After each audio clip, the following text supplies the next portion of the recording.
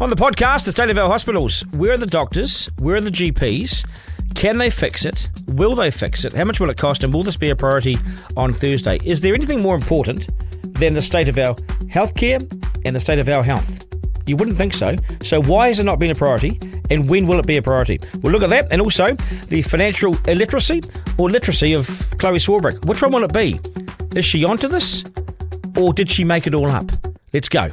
Are we paying these people to front up, or are we paying them to fly to Wellington to eat their lunch? Should you really lose your career for refusing to take part in a 90-minute lesson about Māori culture? This government doesn't actually have any idea how to get economic growth. Show us what you made of, Prime Minister. Editor-in-Chief with Duncan Garner. All right, good evening. I'm Duncan Garner. Welcome to the podcast. You're with the Editor-in-Chief, and please subscribe. It always helps if you can subscribe.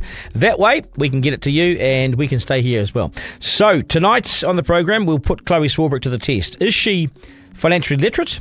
Or is she not? Does she know what she's speaking about when it comes to her own policy? We'll break this down shortly. And also the state of our hospitals and healthcare. Malcolm Mulholland will join us. He's done such great work with cancer. He's now been hauled into this one, and he's now trying to save our hospitals and get some doctors in there. It is proving so difficult. What's gone on and what's gone wrong? So we'll look at that very, very shortly. Let's go. It's the Slam Dunk. Okay, well, I'm well aware all the focus is on the government's budget for this week.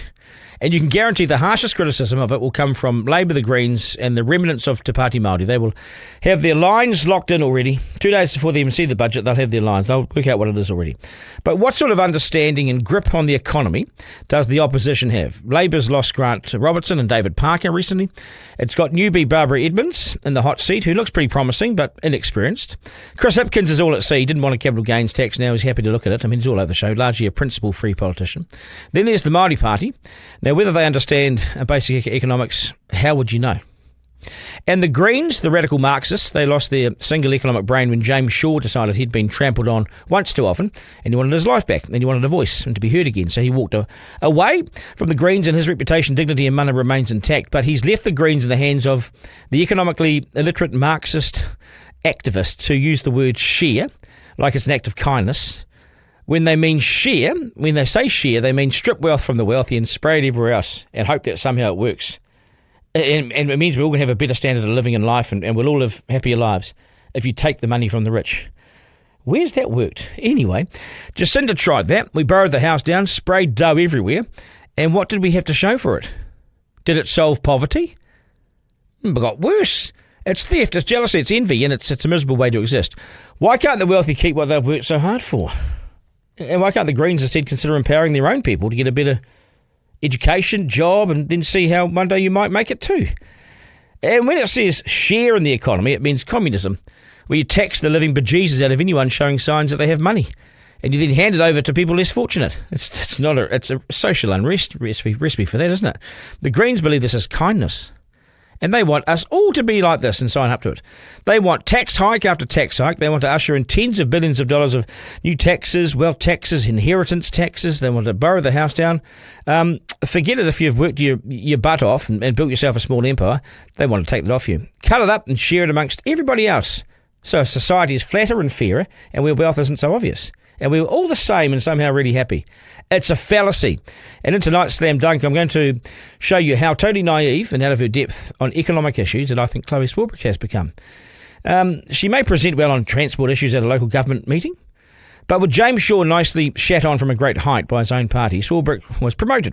Everyone said she's amazing. That was that's been the theme. That's the sort of common narrative around her. Chloe's amazing. She's so good, so this, so that. But it's proving a huge, huge step up. You don't just become an economic sort of whiz kid, as she will soon demonstrate. It doesn't just happen overnight. And here's the other issue for Chlöe Swarbrick and her ilk and her generation. They can mask their lack of hard work or their lack of economic knowledge by always posting the best 9 seconds of their life on social media. People think, wow, she's smart. Look, she's busy. She's on social media. When in reality, social media is no gauge of what you know. But I'll tell you who does know stuff. It's Jack Tame from Q&A.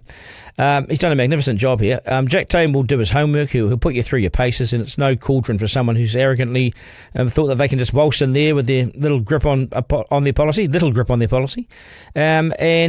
was only just made. The policy was just announced, just before they went on Q&A. And you can't just turn up there arrogantly and think you're going to get away with not doing hard work. Truth is, from the get-go, I thought Swarbrick was so far out of her depth in this interview. She made it obvious with numerous blunders and invited Jack Tame to bring his A-game because she's had 3 or 4 prepared lines that had nothing to do with her knowledge of the policy and everything to do with, diversion, spin and distraction. Because the guts of this is Chlöe Swarbrick doesn't know much about her party's big piece of work, their new tax and spend alternative budget. She's fronted it for them, but she hasn't done the hard work. She doesn't know anything. I thought it was cringe. I thought she'd be better than this. I've sat through this, and so this is what I'm going to bring you tonight. And it exposed her and her party to looking like they were some sort of amateur lightweights. Now, I thought she was even more lightweight, a lightweight imitation of Jacinda Ardern on the economy. Now, I know with Jacinda, economics wasn't her biggest and strongest point, but it's worse for the Greens. And as much as I've criticised Luxon and Willis for driving us into this recession, this opposition lot might drive anyone left here with money to Australia and beyond with their policies. It would be a mass exodus. Honestly, I'm not saying that to wind things up and stir. If the Greens brought any of this policy into the mix, I think there would be a rush on flights to leave the country. I think Jack Tame's interview seriously exposed Swarbrick as an echo chamber and a complete lightweight. She knows the stuff she's learned from her agreed narrative and everything else is foreign or, she doesn't know.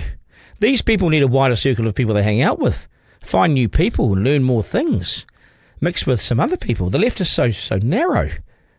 I think they've seriously lost the room. They don't realise that the country doesn't want this high taxes and more debt. We've been there. We had Jacinda. We don't need the next version of it. So to Swarbrick in her disastrous interview, let's look at this. Jack Tame asks about their wealth tax. And wouldn't people just leave New Zealand with their money? So how has it affected their projections and numbers, he puts to Swarbrick. Swarbrick replies, she's actually got no idea. She's been clearly told to say, look, I'll get back to you after the interview with all that sort of detail. It's not a postal interview. It's not the census. It's not an interview done over days. We want the information now. Look at this. How did you account for capital flight? Why wouldn't wealthy New Zealanders just move overseas? Yeah, so that has been accounted for through avoidance measures and otherwise, and they've been independently. What are the numbers? Well, they've been independently. Off the top of my head, I'm more than happy to get the granular detail for you and come back to you on the specifics. Remarkable, but wait. She's now about to claim that their budget is credible because they paid some economist to go over it and give it the tick of approval. Here goes. I mean, there's a big part of it, though, right? But what those marginal calculations actually are. But again, what I can tell you is that these figures have been independently costed by Infometrics, and we have accounted for the potential of some avoidance measures or otherwise. But that's also why this needs to be considered in the full suite of the let me changes ask that we make. Then Jack totally catches her out. I think when you had your election campaign, you'd accounted for capital flight with like a 25% margin or something like that. Have you changed your accounting for capital flight to account for the additional taxes that you are now proposing? I'm going to be completely honest with you and say that I'm going to need to come back with you to you on those details. Should we know this? Well, this is your budget. It is our budget. These are the central policies to pay for the things that you want to pay for. Absolutely. And the first thing that I'll say is that we knew that coming and putting this really complex, really coherent, really fulsome piece of work out there, that we would be providing people with all of these details that they could nitpick if it's coherent, over. By all means, give us the details. It's not nitpicking to ask. I mean, if you're going to propose more than $70 billion in taxes, it's an obvious question. What are wealthy people going to do? Are they going to go overseas? That's a risk that Treasury has identified. And if you can't tell us how you've accounted for that risk and you want to be considered adult and serious...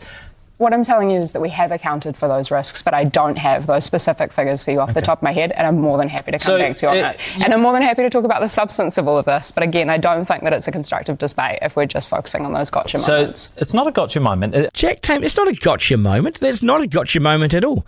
That's searching for detail. Jack isn't after a gotcha moment. He's trying to find out what she knows about her own policy, and she knows nothing. Simple fact is, she's not done the hard work on it. She has little grip on her own budget. Now, for days she knew she was going to be on Q&A with Jack Tame. She's known about this for days.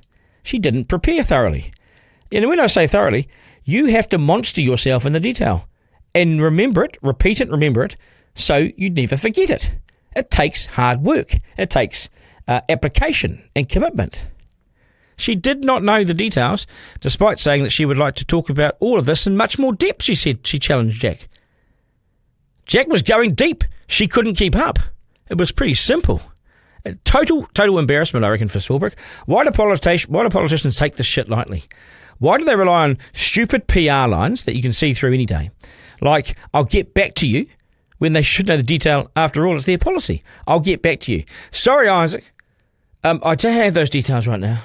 That's my main thing that I've done all week and promoted it, but I just don't have the numbers, sorry. And note, she calls it really complex and really coherent in the same line. She says her policy is really complex and really coherent. Well, they can't both be the same thing. Like, if something's really complex, it may not be that coherent. If something's really coherent, then it's going to be really simple for people, right? You can't... I think Parliament and MPs have an issue with C words at the moment. They're using them in all the wrong context. This shows confusion. Which one is it? Because they're wildly different. Now to this inheritance tax. Jack Tame asks a simple question. How does it affect farms handed down to the next generations? Again, she's got no bloody idea. And she goes for this wishy-washy bullshit or spin line about, 91% of people will pay less tax. That's their spin line. That's what you go to when you can't answer the question. Look at this. You want an inheritance tax at 33% for anything over $1 million. How would that affect farms that have been handed down from generation to generation? Yeah, so look, on what we're proposing in terms of our suite of tax changes, I need it to be made really clear that 91% of New Zealanders will pay less income tax, and only the top 3% of the wealthiest people in this country will pay that wealth tax. But when it comes to that wealth transfer tax, or what could be potentially considered as an inheritance tax, but it is also potentially considered a gift tax as well, is that for the vast majority of people, we know that, those inheritances are not going to be passed down to just one individual sole person. But again, this is the point of putting this forward, so that we are able to say, hey, look, if there are serious issues that people can foresee, let's deal with the evidence, let's deal with the data. Right. And I'm looking forward to getting in front of farmers and agricultural audiences to have this discussion. Well, to my question, how would that affect farms? God, imagine it. She can't wait to get in front of farmers. Well, that's her line when she couldn't answer the question.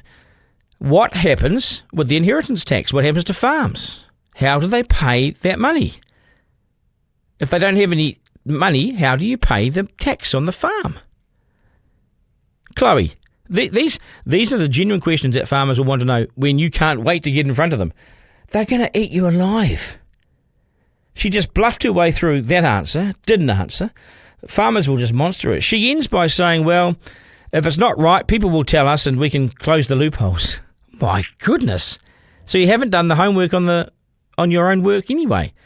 Are you putting it out are you putting, Chloe, your budget out as a discussion document with holes in it? Or is it your final document? It's up for negotiation with the public, is it? Have you ever heard of such a policy? It's genuinely hopeless. It then gets worse. So if the average farm is worth about $7 million, back in the envelope at the moment. Yeah, based on the most recent figures, about $5 million is the average dairy farm sale. Okay, so if it's $5 million and the first million, we don't include that in the inheritance. So basically, if you're handing it down between generations, that might have happened for 3 generations previously, you're going to be paying a 33% tax on $4 million. And if we can how are farmers going to do that? If we can just bring it back to the bigger picture here, what we're talking about, from the most recent available data that we have, is that the average wealth of a household in this country is about $433 million at the highest possible at the retirement age. That question, though, right? That's a very important question. So how are farmers going to do that? How are they going to pay a 33% tax on a $4 million? Let's get the data and let's get the evidence and let's see how big of an issue this actually is. Wow. She admits that she has no idea and the policy might be addressing a problem that actually may not exist. This is underwhelming. This is inexperienced. These are activists with little or no grip on basic economics. They've simply made it up. Jack carries on testing her knowledge and keeps pushing her. Okay, so to avoid tax avoidance, you've got that 1.5% tax on net assets held by trusts. So does your trust tax apply from the first dollar, or is it only over trust wealth over $2 million? It's the entirety of the trust. Right, so that 1.5% tax will apply to anyone who has anything in a trust or any business in a trust. And if I recall correctly, from the most recent data that we have, we know that the average amount of money held in trust is around 1.7 But what about businesses that are held in trusts? Again, this is an avoidance measure, and it is us putting this on the table and saying that implies that the only reason that people have trusts is to avoid tax. No, it's not. It's to say that then why would you tax them at 1.5%? Because it is a potential avoidance measure. But you've just said it's going to include everyone. Like, so if you've got a business that's held in a trust, or if you've got the family home held in a trust just to protect assets, because you work in an industry where you could be sued for defamation, say, you're going to be stung 1.5% on those net assets every single year.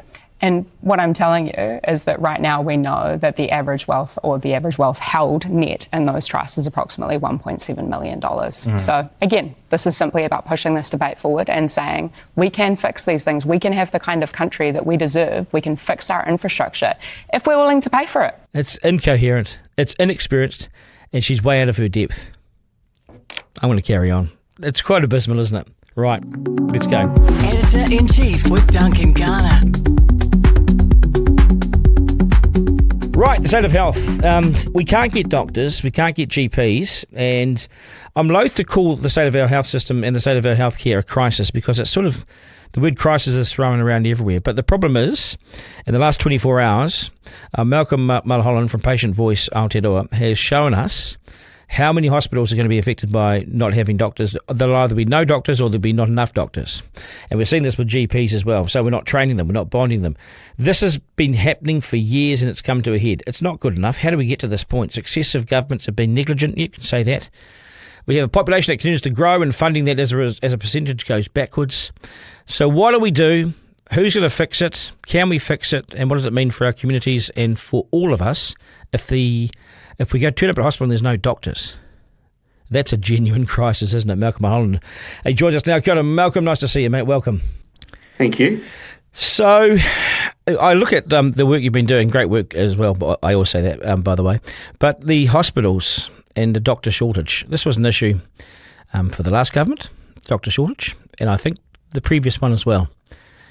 3 or 4 ministers deep, number of years, lots of millions of dollars, nothing's changed. What's happened? Yeah, as you say, Duncan, everybody in this problem coming for years. It's been decades in the making, because the doctors that were baby boomers are now retiring, and we've got nobody to step into their shoes. So as a result, we don't have enough GPs in the community. We don't have enough doctors in our hospitals. Yeah, so if you're not staffing your hospitals with doctors, it's kind of a worry. You know, it's like a steering wheel on a car. You know, you'd need these people. They're kind of crucial. Yeah, without a doubt. And I mean, most people will go to a hospital to go to ED because something is seriously wrong.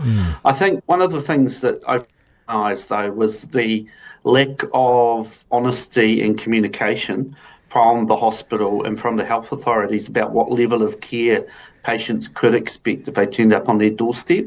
Yeah. So, you know, I'm dealing with people who have turned up expecting to see a doctor in the flesh, and as a result have actually seen a doctor on Zoom, either in America or in Wellington, and these are patients up in the far north. Look, I've looked around the world at this issue to see if we're an outlier, and we're actually not. You look at America, and there's a number of for no lack of a better word, sort of, you know, middle of nowhere towns that don't have doctors. And so they have to go into the cities because people aren't in these valleys anymore. Doctors don't want to be there. There's no nightlife. There's no restaurants. Their wife doesn't like it, or the husband doesn't like it. They want to be urban. They want to be, you know, have that vibe about them. They don't want to work 24/7 because they will if they're the only doctor in town. So this is the problem with us as well. I think it's the same issue in the regions, no matter what region you're in around the world. You know, people don't want to be there. Yeah, I mean, look, you've probably got a point there, but one thing I would say is that if we compare the wages we're paying our doctors to those in, say, America or even Australia, we just don't pay them enough. Yeah. So, yes, there is a worldwide shortage, but we're not being competitive in that international market, and so we're unable to attract doctors to our shores and build a critical mass. Yeah, so we need to dangle some more carrots in front of it. I mean, some of these things, we can overcomplicate them, I reckon, Malcolm, and I would have thought on this one, it's just a matter of some coin, mate. It's a bigger check. And that usually goes a long way to solving a few issues. We've seen that with cancer treatments. Money helps. Yeah, yeah, money talks, right? And, you know, I think it would in this situation. I think the other thing we could be looking at too is about growing our own and actually asking some of our graduates to be bonded in return for, say, fixing up their student loan. So go to a hard staff area 3 years after you've come out of grad school for that period of time. And in return, you'll not only will you be paid well, but you won't have a student loan. Great idea.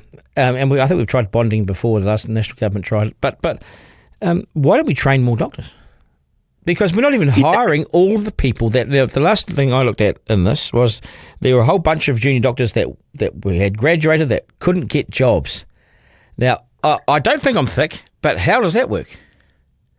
Yeah, well, I mean, I can't really for the years gone by, but for the previous year, we've known about a hiring freeze. And despite, denials from the PM right down, everybody knows that that's what's been happening in reality. So it would happen in situations where a doctor may leave or a nurse may go on maternity leave, and those positions wouldn't be re-advertised, all in an attempt to cut back costs by Health New Zealand. And I think what has happened over the this year is that practice has now caught up with us. Yeah. We've been managing, and God knows how, just to keep our heads above water in terms of having enough doctors. But then this hiring freeze came into play, and all of a sudden we're having to play catch up. You see, I don't understand a hiring freeze at a time when you're wanting more of them. I know they had budget constraints. Well, they lifted the budget constraints for Winston's Ministry of Foreign Affairs. You lift it for the hospitals. If there's anywhere you lift it, it's the healthcare for New Zealanders, isn't it? Print money for all I care. Print money. Do it. Yeah. It's a question of priorities, though, right, Duncan? It's about, if you're sitting there in government and you've got X amount of money, unless you have a healthy population, we're not going to have a productive workforce. We're not going to have a healthy. So to me, it makes sense. Invest in your people so they can get back to work, they can be productive, and we can all get on with our lives. We say it might be a question of not enough money, but we're still borrowing $500 million every Thursday, and so we're doing that. So there is money. And this government's also, I think, something like $20 billion has been reallocated from things they didn't like under previous governments to free up the money to put it into things they want. So it's about priorities. I mean, if you or I were the Prime Minister, we would have our own priorities. And so that's all a budget is just a list of priorities and how they look at it. It is. And it'll be interesting to see in a few days' time, what are the priorities of this government? What steps are they going to take in order to fix this crisis? I mean, I've lost count of the number of doctors I've spoken to and who have reached out. And that's been a new trend for me, Duncan, as a health advocate. I haven't had this number of GPs and doctors say, hey, I've never been this bad. And we really do fear not only for the future of their own workforce, but for the future of some of our hospitals. Because, one example is Taupo. I was there recently. They said with that short-staffed, we actually had to draw up plans multiple times to shut it down. Yeah. And I was at Awani Hospital in Hokianga a year ago because I got cellulitis and I cut my leg from fishing. And so I really needed someone to be on duty on New Year's Day at 6 a.m, And thank goodness that a doctor had come out of retirement, an Auckland woman. She was late 70s, didn't really want to be there, she said, but she was there because she cared and knew that people needed the service. So we're clinging on by our hands, by our fingernails on this sort of stuff. It's some of it's goodwill as well. Yeah, absolutely. And, we're kind of lucky in that I think, some of our doctors do have the social conscience. And so they are, staying in the workforce longer than what they should be. They're post-retirement age. But if it wasn't for them, we would have big areas of the country that would not have GPs. They need to work through the weekend and get around a table, because this is I was reading this American Medical Journal last night, and they went really heavy on the fact that the rural areas just don't seem to have the X factor for these doctors. They're either working forever, never get a day off in their 60s. That's not what they want. They haven't signed up for that. So we need to incentivise the regions. We need to bond people for certain periods. We need to train more people. I don't think this is brain surgery, but it just needs a decent plan, doesn't it? Yeah, absolutely. And that's the thing everybody's crying out for. What is the plan to get us out of this mess? Because we can't tinker with it for any longer. It's not case of saying we're going to put 10 doctors here and 30 over here, or 50 or 100. I mean, right now we have 500 less GPs than what we should have. In a decade, we'll shoot up to 1,000. And that's just GPs. I'm not talking about the doctors in the hospitals. Yeah, I know. So big, big problems that we need a roadmap to get out of. And you have to question if one hand of the government speaking to the other, because we've pushed in the last 20-odd years a pretty aggressive immigration policy, but we're also an attractive Western nation. Yeah, sure, we've got outflow, but we've got more inflow. Even with a record outflow last year, we still had more people come in by a long way. We're no longer population funding, and haven't for years and years, any of these government departments, any of these critical services. So if every year we think we're putting more in as a percentage, we're actually going back because there's more people in the street. Yeah, that's right. And, you know, I mean, one of those areas was Rolleston, and I was there just over the course of the weekend. So they've experienced huge population growth, right? They're on track very soon to reach about 108,000 people and become, you know, a fairly big city. It's a city. They haven't got a hospital. They've only just had a health service come in, and even then their books are full. So these are some of the problems that we're trying to grapple with right now. Yeah, but isn't this the job of the public service and the government? This is their job, isn't it, to plan, to fund, and to prioritise. Now, I can understand if they don't prioritise some things in society. We haven't done that. We haven't prioritised the Army and the Navy for a long time. They are now a priority by the sounds of it. But they haven't been, so we've seen them running around in 1960s planes and 1930s gears and everything. So they're going to be fixed up. The film guys got 155 million, you know, very proud of that, weren't they, the government? Because it's a whole industry that would collapse if we didn't. This is our health, Malcolm. You know, you and I have both been on the back end of some pretty tough personal battles in this area.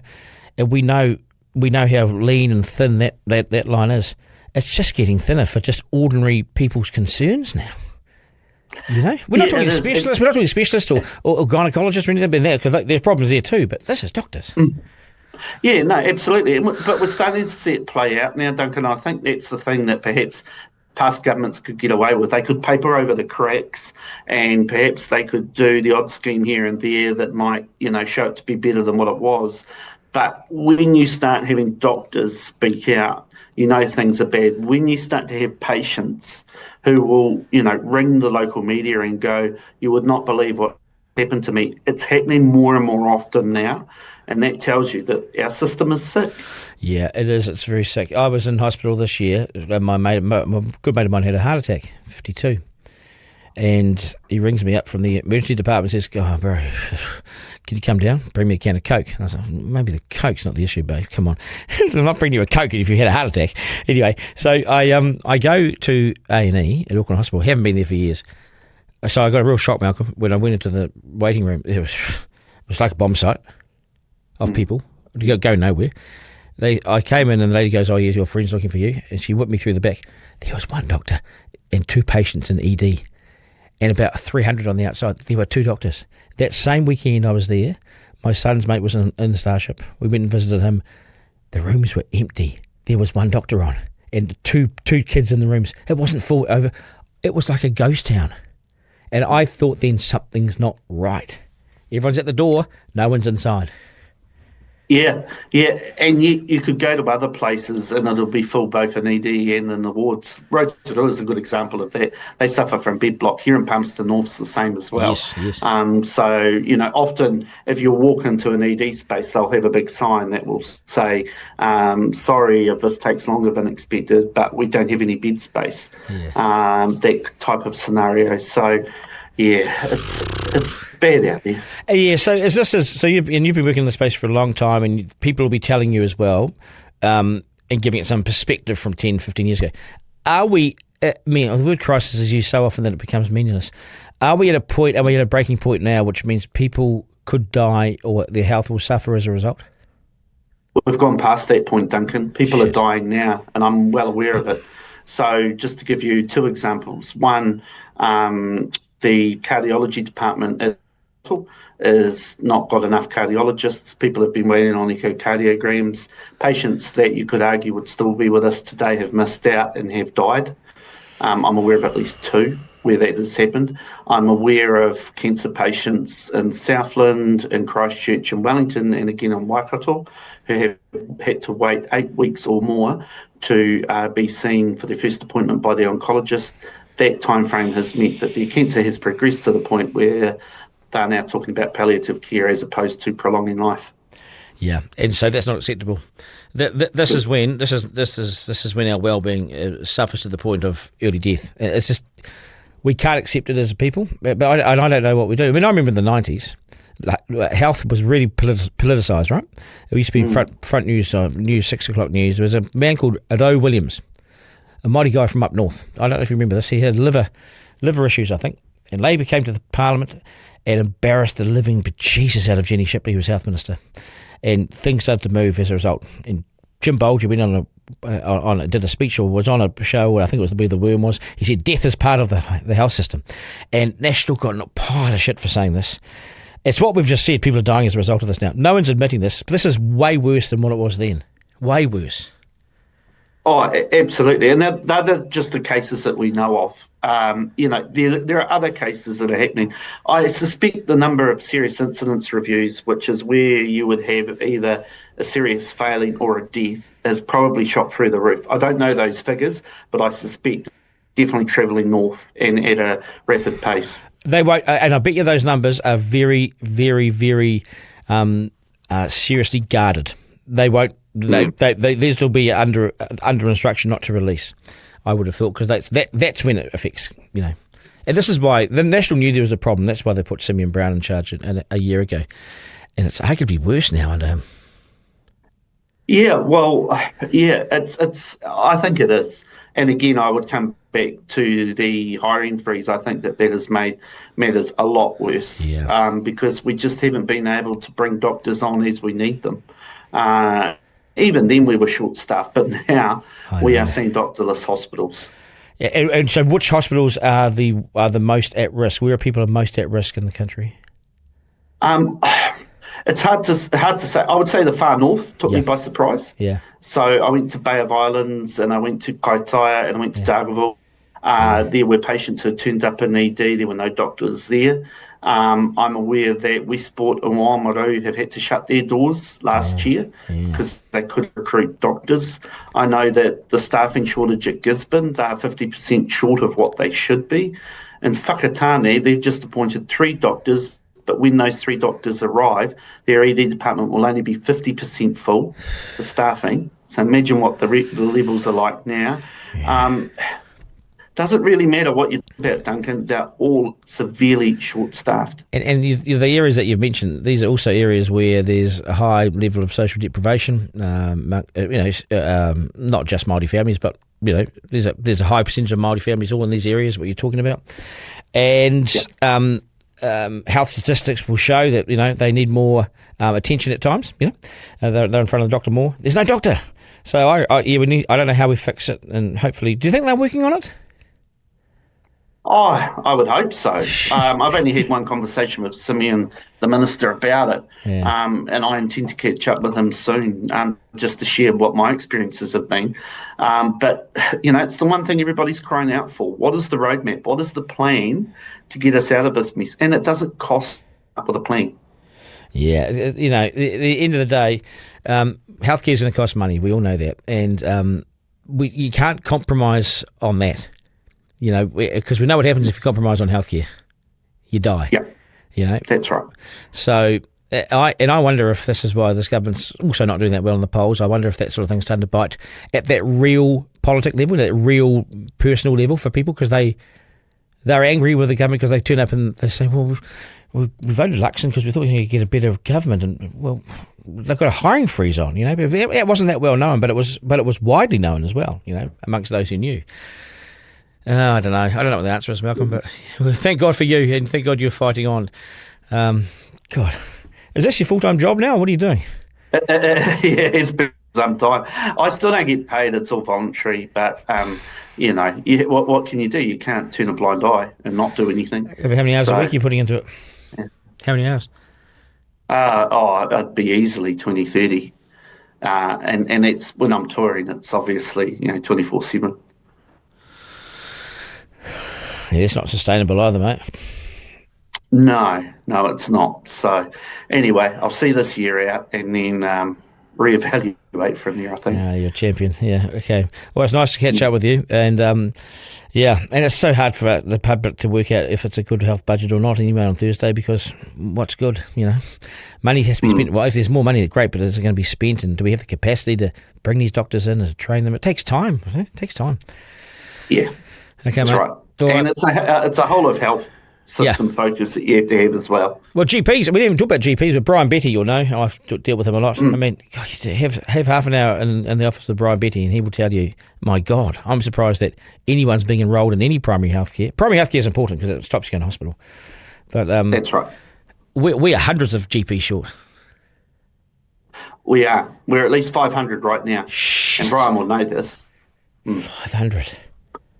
500. So, and there are again sections of the country that do not have a GP. So I only learnt this the other day that there are 2 GPs that I believe are 80 or older who are still practicing in Central Hawke's Bay. So that's Hastings to Dennyville. They're on the verge of retiring. When that happens, they'll have nobody. North of Kirikiri is in a similar predicament. They're expecting in the next year or 2 there'll be no GPs north of Kirikiri. Yeah, there's still a population north of there too. God, this is successive. This is on the watch of successive governments. It's negligence, isn't it? In many ways, it is. It is, and to me, it's the most important thing that you should be doing as a government is taking care of the health of your nation, of your people. Well, if you don't, it costs a lot of money. It costs more money to do what we're doing, which is by being hopeless. It's going to cost us way more money. More deaths, more money, more expense, more social ills. All right, mate. Hey, nice to get you on. It's never in good times, though, is it? It's never in good times. Oh no, maybe we spoke about the good money for cancer. I don't know. Yeah. Okay, take care, Malcolm. I always appreciate your time and all the hard work you do for your country. You too, Duncan. Cheers, mate. Okay, kia ora. Thank you, mate. Editor-in-Chief with Duncan Garner. Right, Isaac, loud and clear, brother. How are you, mate? Nice to see you. Good, thanks. Can you believe it? No doctors in some of these hospitals? Don't get sick. Yeah, I know. It's pretty crazy. It really is, eh? Yeah, it's really, really interesting, and it's just like, I feel like it's been an issue that we've kind of been hearing about for a long, long time, but come to head. I feel like no one's really grasping how big of a deal that actually is. Well, no, doctors are now speaking out, so they're saying there's no doctors in the hospital. Yes. So I think so. It's elevated because they're saying it, right? Yeah. This is really worrying, eh? Yeah, there's always been a big problem with nurses, especially in the last couple of years. Yeah, and then to know that we're also now having this problem with doctors as well, it's really it's not good. It's like turning up to the pub and the beers run out. It's not a pub anymore, is it? And also just while we're talking, Chlöe Swarbrick. And I don't think the media is generous enough to each other, because we live in these sort of bubbles, and you can't promote anyone else but your own people, and you can't point over there and say, well, that's a shit job or a great job. I hate all that sort of stuff. I recognise people no matter where they are. There was a great interview from Jack Tame, and he sat her on her ass. Her on her ass, mate. Oh yeah. Jack's brilliant, isn't he? I think he's a fantastic journalist. He's got so much better in this role. This is his role. No, he's great, and he just ate her alive. Like, but how do you not know? I can understand some sort of serious technical stuff is hard to remember. It's for sure. But when you go in there with lines like, "Oh well, we've had economists look at it, so it's credible." Well, no, you've paid them to make sure the numbers are okay. They're not endorsing the policy. They're not saying, "Well, this is a great idea to have more tax." Yeah. I just think that and it's pretty shocking when you're discussing this policy and probably 2 or 3 times in the first 4 minutes you say, I'm not actually sure, I'll get back to you. Or, I'd love to go have a look and get back to you. It's just like, actually, no. And he says it rightly. He says, shouldn't you know this? And it's just like, I've seen this often over the years. When politicians take these interviews too lightly, and they think they know the stuff. And they actually, to know things, you got to read heavily, eh? Now, if I make a speech or do something, I will make sure that I do a lot of prep beforehand, so I'm not caught out afterwards, You've got to do prep. You got to know your shit, you know. And she went in there, spent more time on hair and makeup. And I saw a lot of Jacinda Ardern in that, and then sit there and go, oh, well, you don't need these gotcha moments, Jack. That is such a gaslighting position. That's not a gotcha moment. Oh yeah, nah. It's not a gotcha moment to ask a genuine question about a flaw in a policy. Like, what are you talking about? Come on, you know. And so you know, I think that's mischievous from her, and I think it's rotten, you know. And you know, gotcha moment. Well, if only you got your policy right, you know, we wouldn't have gotcha moments. I honestly, I haven't seen that bad since. Got to hark back, bro. But there was a quick story. There was a press conference with the ACT Party in the mid-90s. Rodney Hyde was their finance spokesperson. They had a woman called Muriel Newman, and she was putting out this big welfare policy, but she was not great on detail. And the cameras are rolling, and she's sitting there doing it. And she loses her way because she doesn't know what she's talking about. And she ends up, where's Rodney? Where's Rodney? Can someone get Rodney? This is all on camera. Where's Rodney? Rodney! And so the story became the lead story of the news that night of Muriel calling, where's Rodney? And we had, it's not good, mate, you know? Go in prepared, you know, she's lucky. 100%. She's lucky she never wears Rodney moment. Right, we were up to editor, the editor, wasn't it? Yeah. Hi, Dunk. This country's going to shit. Isn't it interesting? The letters we get in times like this. Our health system is a mess. We're short on teachers, and only 56% of our children are regularly attending school. 40% of them are overweight, double the global average.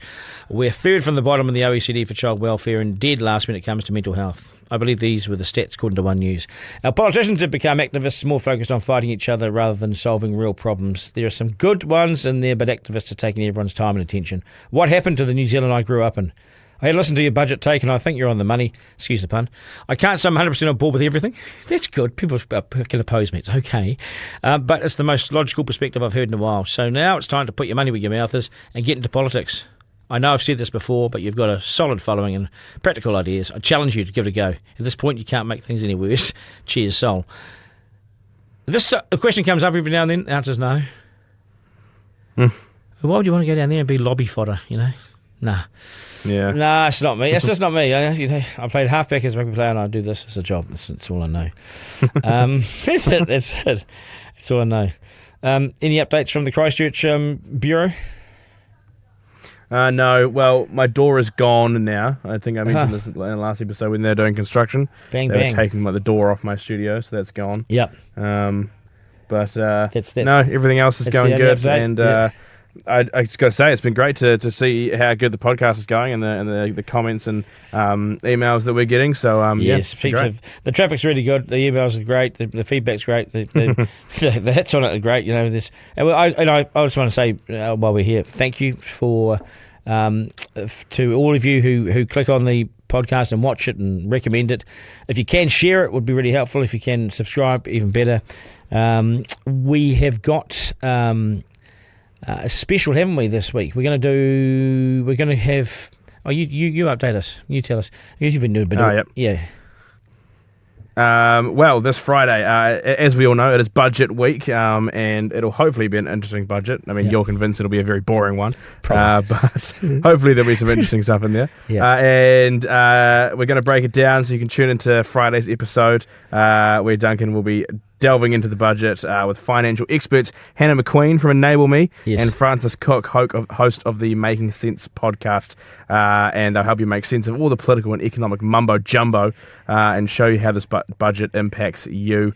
Send through your questions about the budget as well on our social media or through email as well. Duncan and the panel would love to answer them for you. Might be hard to send them through at the moment because the budget's not out yet, but when the budget's released... Once the budget comes out, you'll have about 24 hours-ish to get your questions in. Yeah, and we'll put that on Friday night. Yeah. We'll release it on Friday night. Yep. And Hannah McQueen, well known from Enable Me, involved in Where's My Money. She'll be good. Interesting to get her take on sort of the household economics of the budget and everything. So it'll be right down home. It'll be kitchen table economics and kitchen table budgeting and stuff. Yep. Editor-in-Chief with Duncan Garner. Okay, thank you, brother, and thanks to everyone for following the podcast and for subscribing and for your feedback. And there's one bloke came up to me at the service station today, It's a Māori joker. He came up and he folded his arms in front of me as I came out the door, and he sort of stood in front of me and goes, "Getting much shit from the Māoris, bro?" And I said, For what? He goes, "Oh, no, some of your positions?" And I said, No, just support, mate. The Māori party, bunch of tossers, but it seems that Māori agree with me. "Oh, yeah, that's what I mean, mate. Yeah. I said, "I've got to go, mate." I said, "I've been abused by professionals, mate." Anyway, it's interesting. I am getting a little bit of feedback from different Māori, and it's all over the show. Some people say you're a tosser. Other people say, calling them out, mate. Good on you. So this guy, I think he was anti me initially, but then we quickly realised that we were probably similar and everything was cool. So I had a bit of a chat. Anyway, thanks for your feedback and thanks for your support. Get in touch with our social media at Duncan Garner Podcast on TikTok, Instagram. Flick us an email, duncan@rover.nz. We've given you the update about what's happening on Friday. Isaac's all over that, despite not having a door in his office anymore, but it's just... I don't know what's going on there. Well, have we not got the budget for a door? Do you need extra budget for the door? Do we need some money? Do you want money? That's a good point, actually. Maybe we should pitch that to Nicola Willis. Surely they can spare. Do you think there's one more door? Can we get? Have they got room? Have they got fiscal headroom for a door? We'll ask that. Yeah, all right. And then we should probably slam it shut in our face. Remember, life's no dress rehearsal. There's no curtain raiser. There's not even a door. This is it. We live in one of the best places on earth, so get out and enjoy it. Thank you for following the podcast, and have a great rest of the day and evening. Take care, New Zealand. Ta-da. Editor-in-Chief with Duncan Garner.